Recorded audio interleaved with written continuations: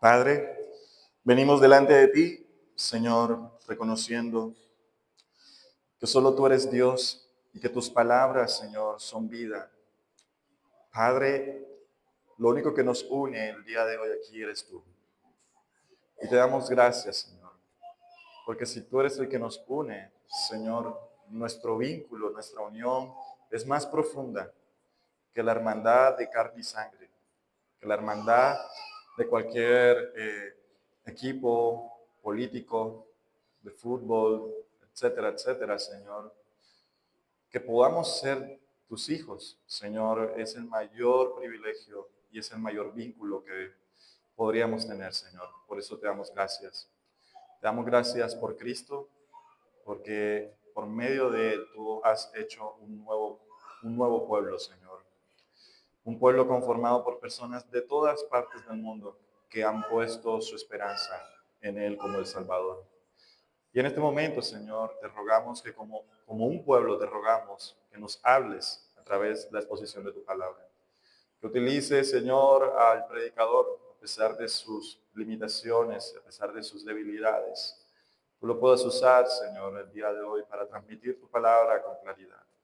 Y te ruego, Señor, para que tú abras los corazones de aquellas personas que aún no te han conocido, de aquellas personas que aún, Señor, no han puesto su confianza en ti, Señor, que el día de hoy tú puedas abrir sus ojos, abrir sus corazones, para que ellos puedan recibir tu palabra.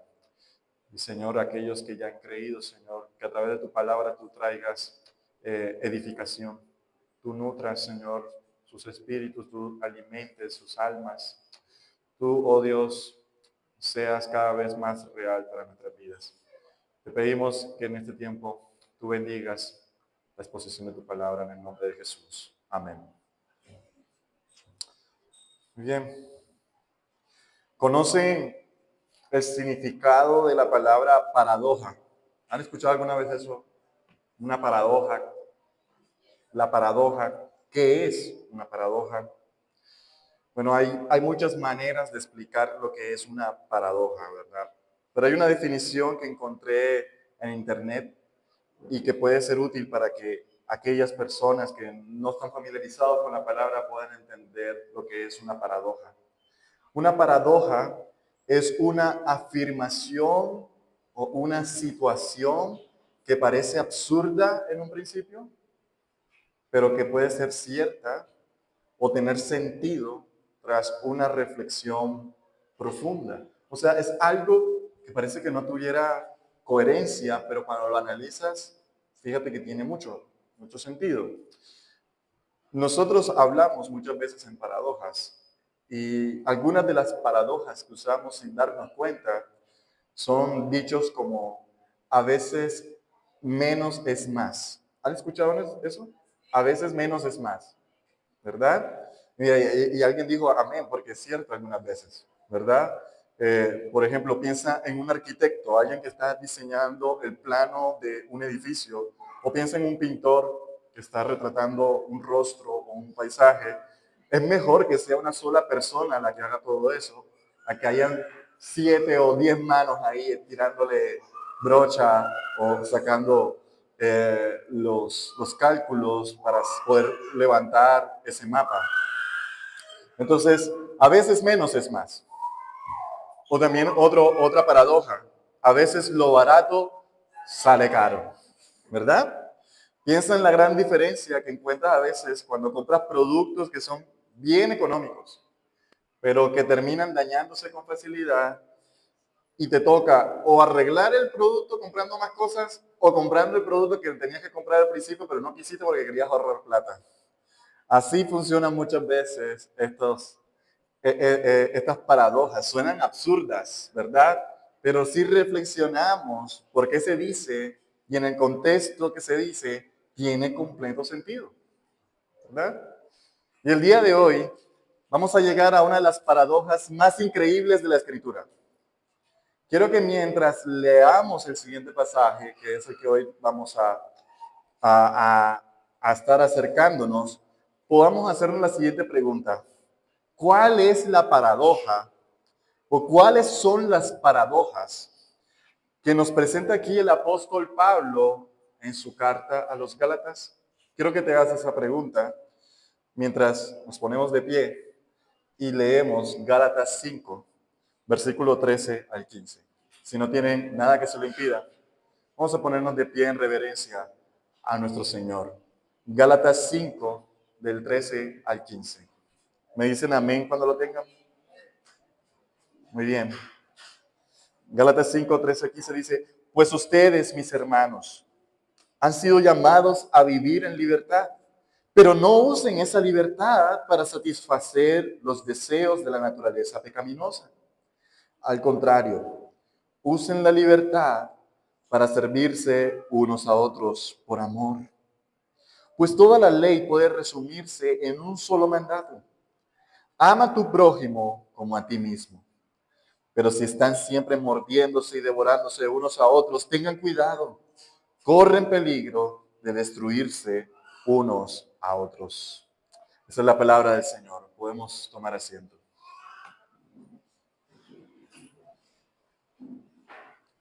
Venimos trabajando este texto desde Gálatas capítulo 5, versículo 1, y hoy nos acercamos a esta porción final de este fragmento.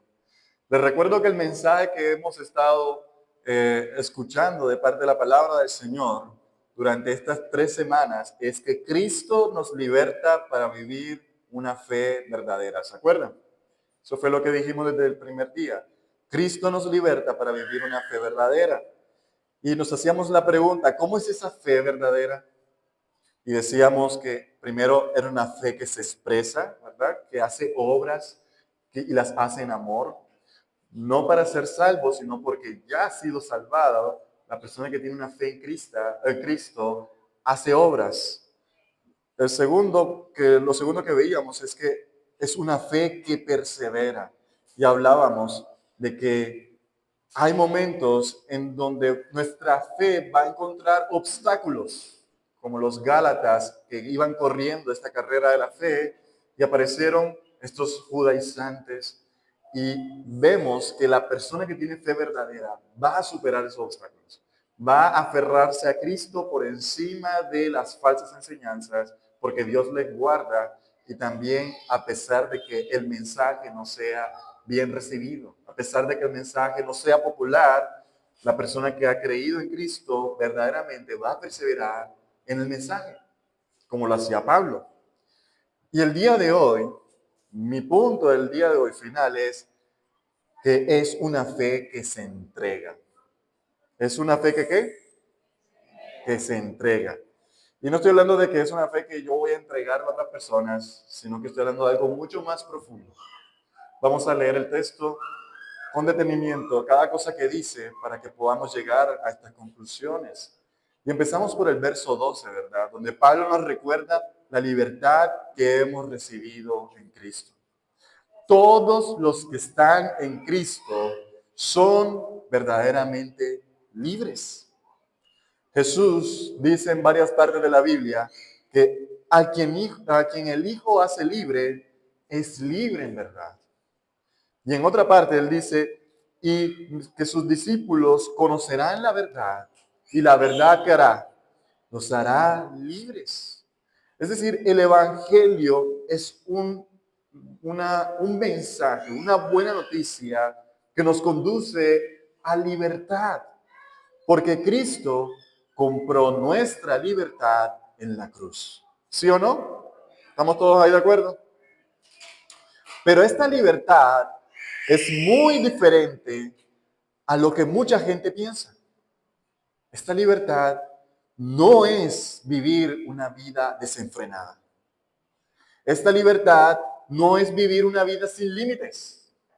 Esta libertad no es vivir en una anarquía donde yo hago lo que yo quiero sin importar lo que la gente piensa y sin importar incluso lo que Dios piensa. Esta no es la libertad de la cual estamos hablando. La libertad que trae el Evangelio es una libertad divina, una libertad celestial, una libertad que proviene de Él.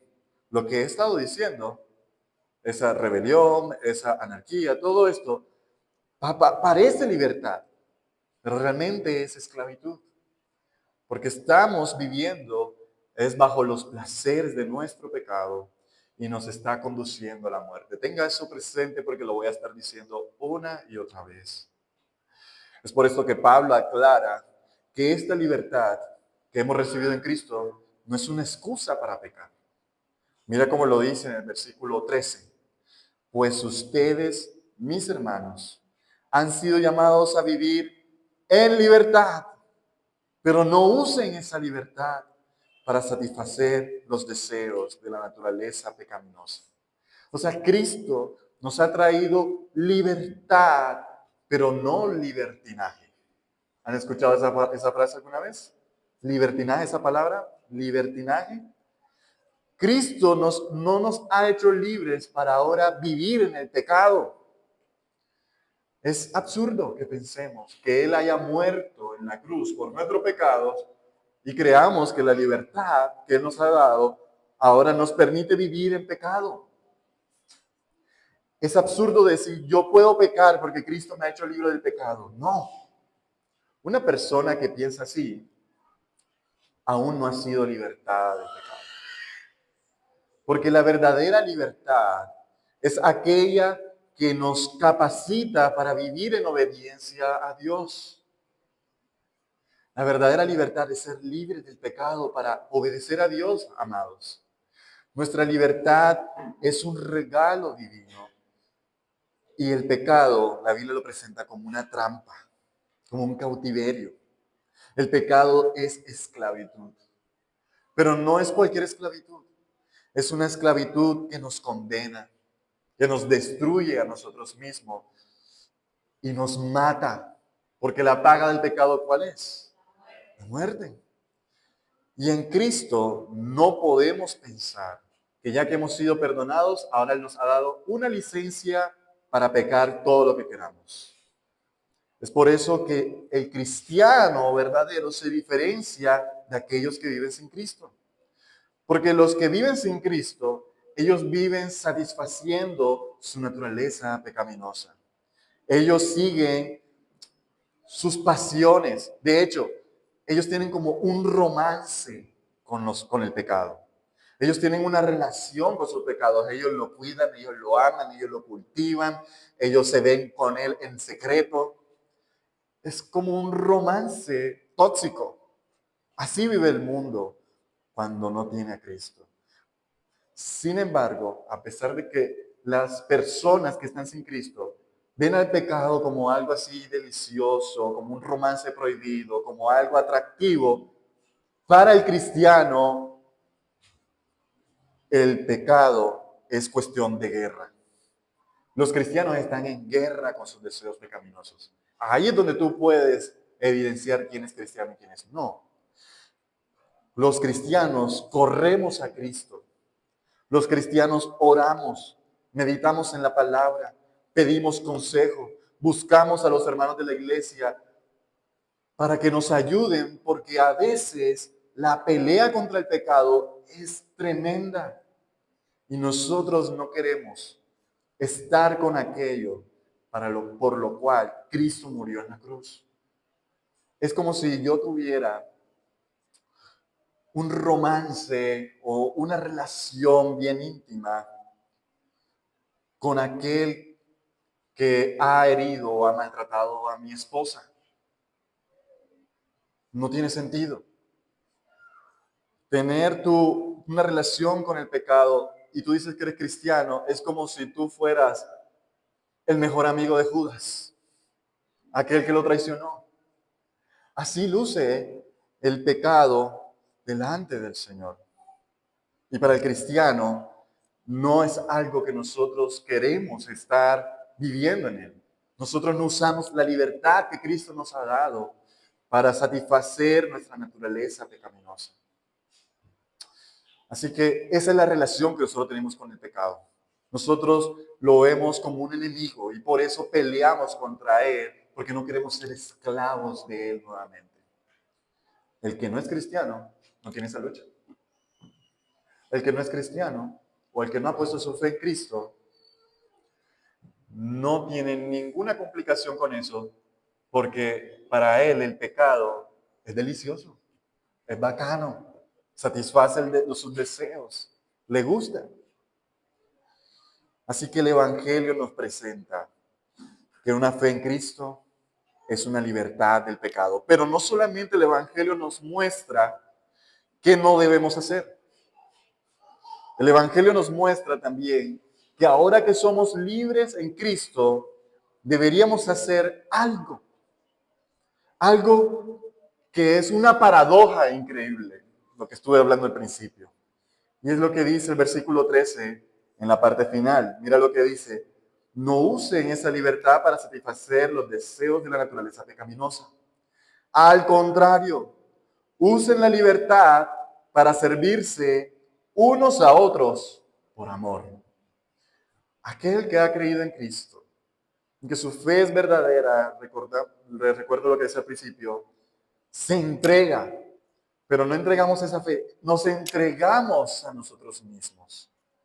La palabra aquí que ustedes ven, servirse, en el griego original, es esclavo. En versiones actuales de la Biblia presentan es para que ustedes se sirvan unos a otros. Porque para mucha gente voy a hablar de esclavitud, es como ofensivo, ¿verdad? Una Biblia que diga, ¿cómo así que voy a ser esclavo de alguien?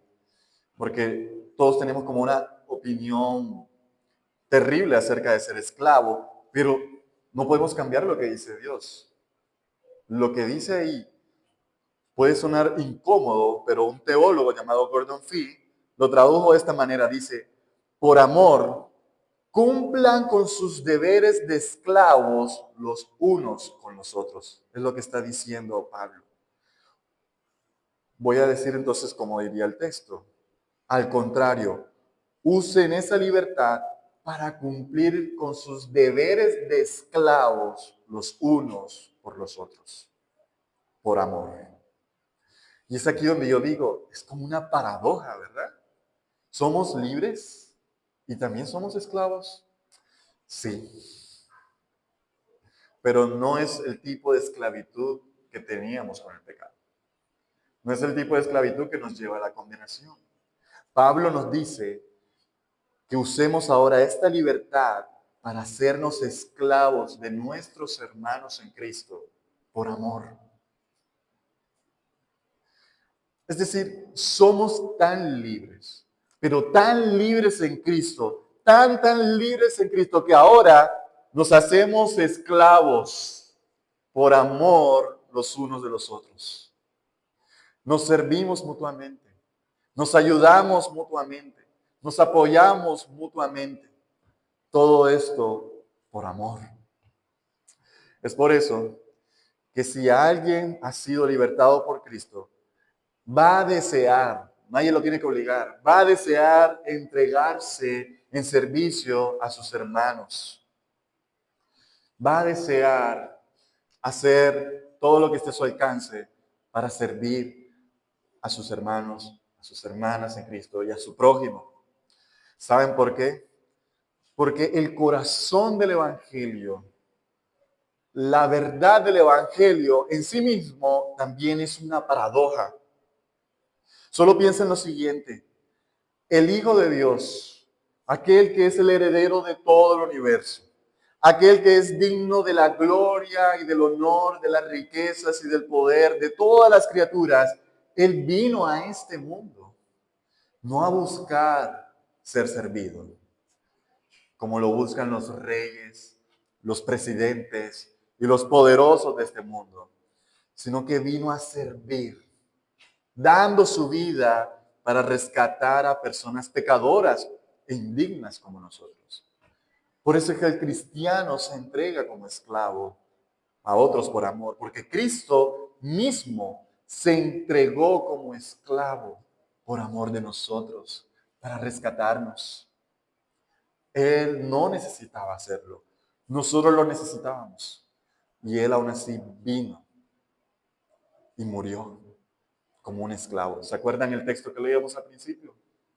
Él no consideró ser igual a Dios como cosa que aferrarse, sino que se despojó y tomó semejanza de hombre. Se hizo como un esclavo obediente hasta la cruz.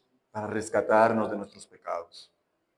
En el mundo que nosotros vivimos, un esclavo es una raza inferior, es alguien menospreciado, es la sirvienta de la casa, el sirviente de la casa. Los hombres, nosotros, por naturaleza, o sea, cuando digo hombres, todos los seres humanos, queremos por naturaleza ser ricos, poderosos, tener sirvientes, queremos es mandar, mandar, mandar, ¿verdad? Pero en Cristo, su reino es paradójico, es diferente. ¿Me estoy haciendo entender? Mira cómo lo dice Jesús mismo en Mateo 20, 25 al 28. Vayan allá a sus Biblias para que lo vean conmigo. Mateo 20, 25, 28. Los discípulos estaban teniendo como una discusión de quién era el más importante entre ellos. ¿Quién podía ser el más importante en el reino de Dios? Yo les hiciera esa pregunta antes de leer este texto a ustedes y yo les dijera, ¿quién de ustedes aquí quiere ser el primero, el más importante del reino de Dios? Muchos de ustedes dirían, amén.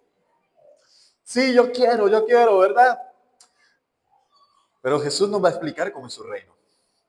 Así que Jesús los reunió a todos y les dijo, ustedes saben que los gobernantes de este mundo tratan a su pueblo con prepotencia. Y los funcionarios hacen alarde de su autoridad frente a los súbditos. Pero entre ustedes, ¿cómo será? Diferente. Será diferente. El que quiera ser líder entre ustedes deberá ser sirviente. Y el que quiera ser el primero entre ustedes deberá convertirse en esclavo. ¿Están escuchando las palabras del Señor? Son duras en el mundo en el que vivimos. Pero así es el reino. Y si a ti te parece eso una ofensa, una cosa que, uy, no, eso terrible. Bueno, quiero que miren lo que dice ahora Jesús. Pues ni aún el Hijo del Hombre vino para que le sirvan, sino para servir a otros y para dar su vida en rescate de muchos. Así que antes de continuar con este sermón, yo quisiera que te preguntaras, ¿alguna vez habías considerado a Jesús? ¿Cómo Él se rebajó tanto para venir a servirte? Para venir como un esclavo y morir en tu lugar para poder rescatarte del juicio de tus pecados. Ese es el Señor. ¿Alguna vez te has considerado como un esclavo de tus hermanos en la fe? Yo creo que todos podríamos decir rápidamente sí, pero medita en estas verdades, porque eso debería afectar incluso la forma en cuando vienes a la iglesia. Cuando vienes a la iglesia, tú vienes aquí con una actitud o con una mentalidad de que quiero que me sirvan. Vamos a ver qué me tienen hoy para mí. Vamos a ver cómo quedó la pintada para ver si me siento cómodo o no. Ya. Vamos a ver si ya arreglaron ese aire. O tú vienes con una actitud de servicio.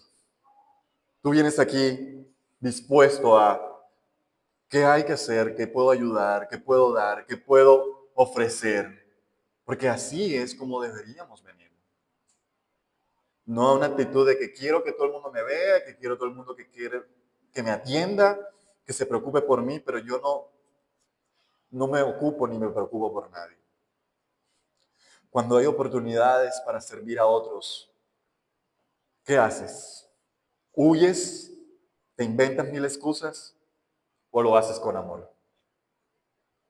Estas preguntas te pueden ayudar a diagnosticar si verdaderamente tú estás experimentando la libertad que Cristo nos vino a dar. Así que el Evangelio no consiste en una vida que está ensimismada en nuestros propios intereses, sino es una vida que mira a Cristo y se entrega en servicio a los demás. No recuerdo si fue Agustín o no recuerdo cuál es el otro, que si es otra persona, pero decía que una vida egoísta es una persona que está encorvada. ¿Saben por qué una persona encorvada? Porque siempre se está mirando a sí mismo. Así viven las personas que viven en el pecado. Siempre se están mirando a sí mismos. Pero los que han sido libertados en Cristo son enderezados y pueden ver también a otras personas. Pueden ver que otras personas sufren. Pueden ver que otras personas tienen necesidades. Pueden ver que otras personas necesitan ayuda y que ellos pueden servirles. Amén. Así que de esta manera, cuando vivimos de esta manera, como Cristo nos ha servido, la Biblia dice que cumplimos la ley.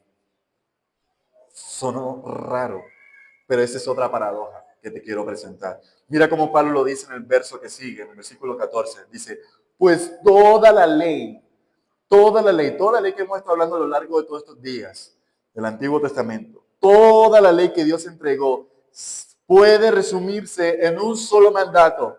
¿Y cuál es ese mandato? Ama a tu prójimo como a ti mismo. O mira cómo lo dice la Nueva Biblia de las Américas, si me puedes ayudar ahí. Nueva Biblia de las Américas dice, porque toda la ley en una palabra se cumple en el precepto, amarás a tu prójimo como a ti mismo. O sea, toda la ley se puede cumplir en esa manera. Pablo está citando Levíticos 19:18, cuando Moisés decía, no busques vengarte, ni guardes rencor contra tus hermanos israelitas, sino ama a tu prójimo como a ti mismo. Yo soy el Señor. Y aquí es donde quiero que recuerdes esta idea de la paradoja, porque parece que se estuviera contradiciendo Pablo. Hemos estado diciendo que ya no estamos bajo la ley, no vivimos bajo la ley, pero Pablo nos está diciendo vivamos bajo la ley. Pablo no nos está diciendo que debemos hacer la ley o que debemos guardar la ley. No nos está diciendo eso. Él nos está diciendo que cuando tenemos esta libertad en Cristo que hemos recibido y no vivimos para satisfacer nuestros deseos pecaminosos, sino que nos servimos los unos a los otros, cumplimos la ley. O sea, no hacemos la ley, la cumplimos. No guardamos la ley, la cumplimos. ¿Me estoy haciendo entender? Cuando hemos sido libertados por Cristo, entonces podemos cumplir el propósito para el cual Dios entregó la ley. Es paradójico. Porque Pablo le está diciendo a la gente de los judíos, le está diciendo, mira, si ustedes hacen obras de la ley creyendo que con eso van a ser justos ante Dios, no cumplen la ley. Están condenados y son esclavos. Pero los que no están bajo la ley, sino que ponen su fe en Cristo, cumplen la ley. No podemos lograr entenderlo a la perfección. Para mí es claro, y sé que de pronto para ustedes puede ser como complicado entender esto, pero quiero que vayamos a otro texto que nos pueda ayudar para lograr entender lo que Pablo nos está diciendo aquí. Vamos a Romanos 13, del 8 al 10. Romanos 13, del 8 al 10.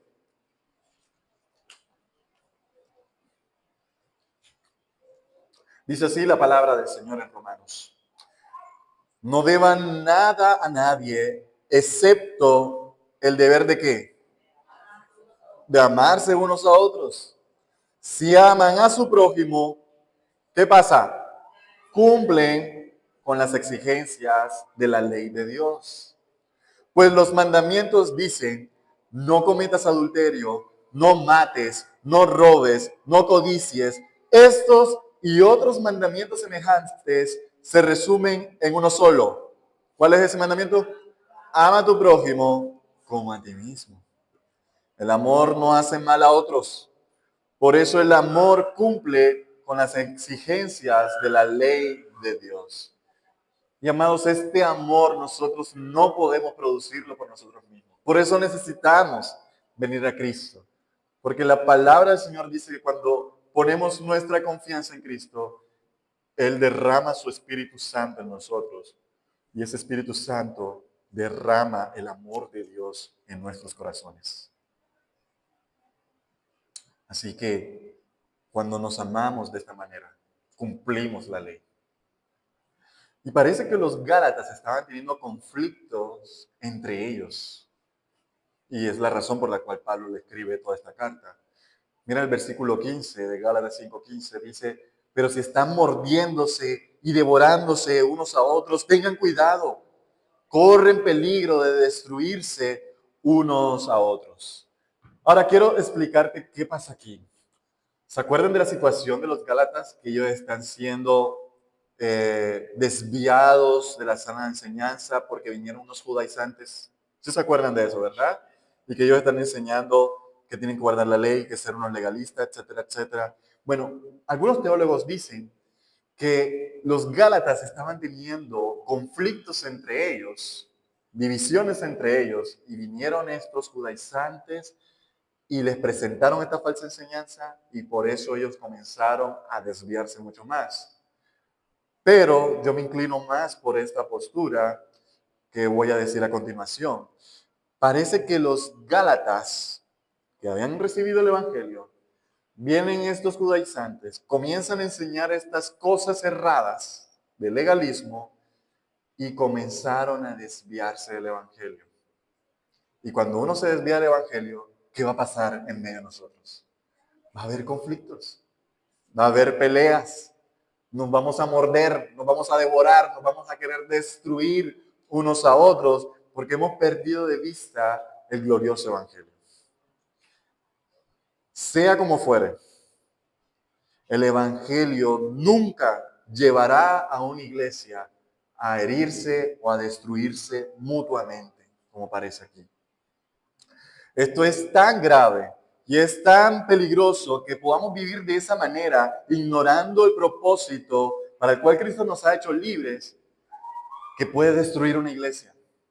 No estoy diciendo de que podamos perder la salvación, pero una iglesia que no vive en esta libertad que Cristo nos ha dado y que no se hace por amor esclavos unos de otros, puede terminar generando conflictos, peleas entre ellos y destruirse, desaparecer. Ya no habrá más fidelidad a su palabra. Porque estos son obras de la carne. Esto es cristianos que están obedeciendo su naturaleza pecaminosa y no están viviendo bajo la luz del Evangelio. Así que la iglesia, amados, debe ser un lugar de amor. No debe ser un lugar de amor donde amor es amor, como dicen los progresistas, los del LGBTI, todo esto, en donde aceptamos y nos amamos todo el mundo sin importar género y todo esto. No, el amor del cual habla la Escritura es un amor santo. Y vamos a recibir aquí cualquier persona que pueda venir con esas luchas, con esas inquietudes, con esas batallas, pero vamos a hablarles la verdad. Dios te ama, pero debes arrepentirte de tus pecados. Y mucha gente hoy dice, no me gusta esa iglesia porque no hay amor. ¿Por qué no hay amor? Porque no me saludaron. ¿Por qué no hay amor? Porque no me llaman el día de mi cumpleaños. Si tenemos esos parámetros mundanos para calificar el amor, pues obviamente la iglesia muchas veces te va a dejar decepcionado. Pero si hablamos de este amor bíblico, de que nos entregamos los unos por los otros, nos amamos los unos por los otros, velamos los unos por los otros, es diferente. Y esa es la clase de amor que debe caracterizar la iglesia del Señor. Porque nuestro Salvador nos ha amado de esa manera, sacrificialmente. Ha venido a servirnos. Y de esa manera tú y yo deberíamos vivir. Así que ya para ir terminando, quiero hablarle a mis hermanos y a mis hermanas en Cristo. Aquellos que dicen, yo he puesto mi fe en Jesús. Yo soy cristiano. Yo tengo algo para ti, conforme a lo que acabamos de leer. Y es una exhortación. No excuses tu pecado. No excuses tu pecado. Cristo no nos ha perdonado y nos ha libertado para seguir los deseos de nuestra naturaleza pecaminosa.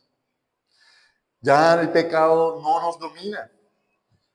Así que cuando tú y yo pecamos, no es porque no podamos dejar de pecar, porque Cristo nos ha libertado. Cuando tú y yo pecamos, es porque queremos pecar. Es porque nos gusta. Y tenemos que arrepentirnos, porque eso no está bien. O sea, no vamos a llegar delante del Señor y decirle, Señor, es que mi naturaleza pecaminosa me tenía tan dominado. Si yo te hice libre, tú pecabas era porque querías. Tú pecabas porque no me amabas tanto. Amabas más tu pecado que a mí. Es lo que nos va a decir el Señor. Así que si somos cristianos, si estamos en Cristo, no usemos la libertad que Cristo nos ha dado como una licencia para pecar. Otra cosa, sirve con amor a tus hermanos y hermanas en Cristo. Servir a otros no es un asunto de inferioridad. Es un privilegio imitar al Señor, quien vino a este mundo de orgullosos y vino a servirnos humildemente. Yo no sé cuáles son tus escalas en tu mente de lo que es más importante en la iglesia. Para algunos de ustedes tal vez el lugar cúspide al que deben alcanzar y donde quieren estar es ser pastor o ser líder de mujeres o venir y enseñar los jueves, los domingos. O sea, no sé cuál es tu ideal, pero delante del Señor, cualquier servicio que se haga para el avance de su reino es valioso, es importante. Solamente piensen en aquel que está en la puerta. Si no hubiera nadie en la puerta, nadie aquí podría entrar. Piensen en aquel que cierra el local. Aquella persona que tiene esa responsabilidad. Tal vez tú no lo veas porque te vas rápido, pero esa persona que tú ves que es invisible muchas veces es importante. Si no cierran el local, ¿qué va a pasar?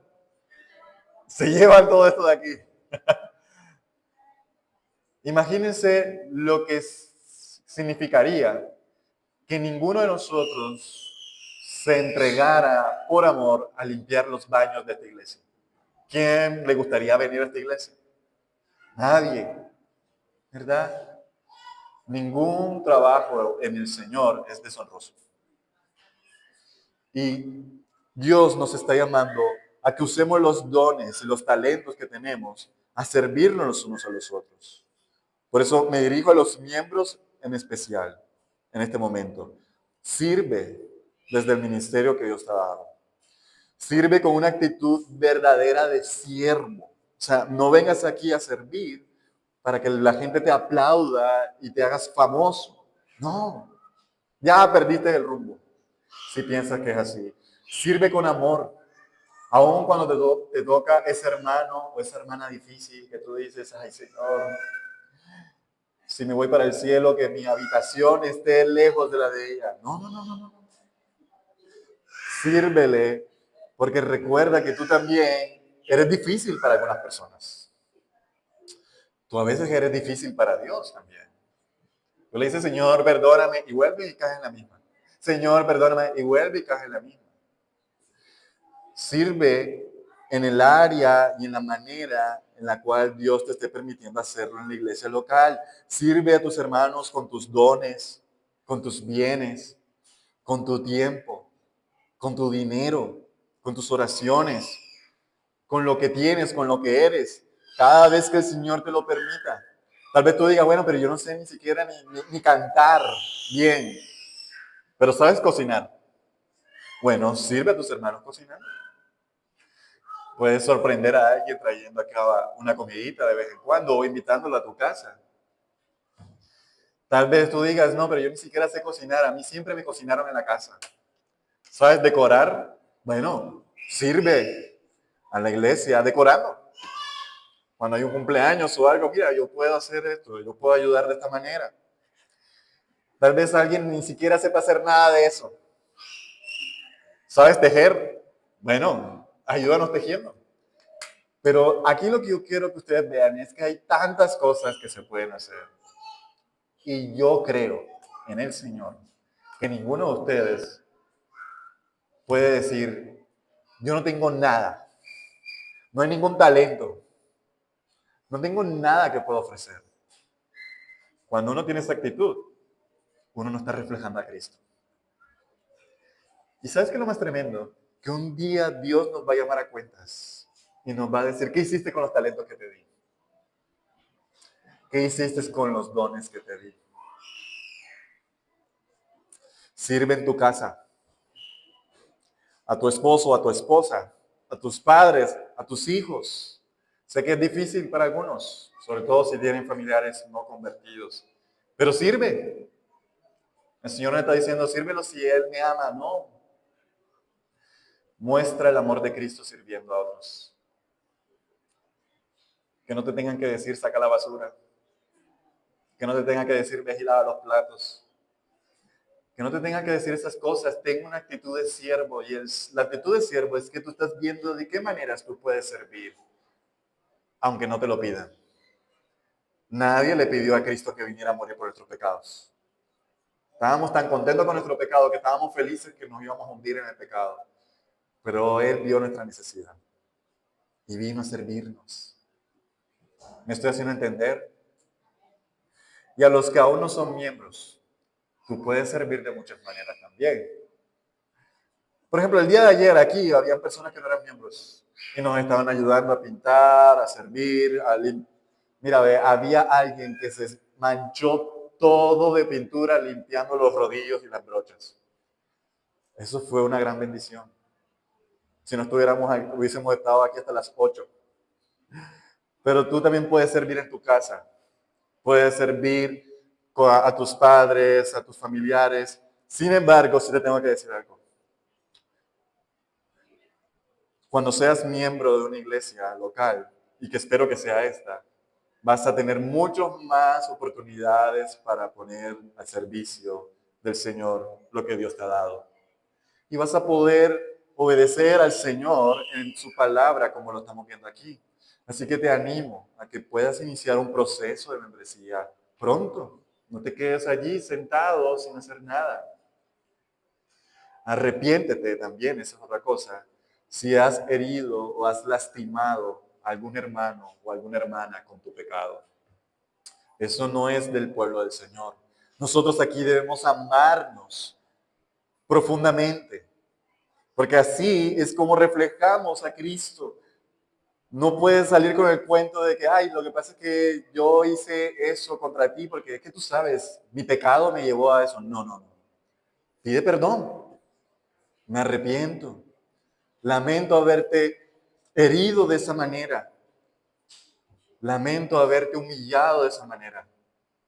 En la iglesia no puede haber una comunidad que se destruye unos a otros por falta de amor.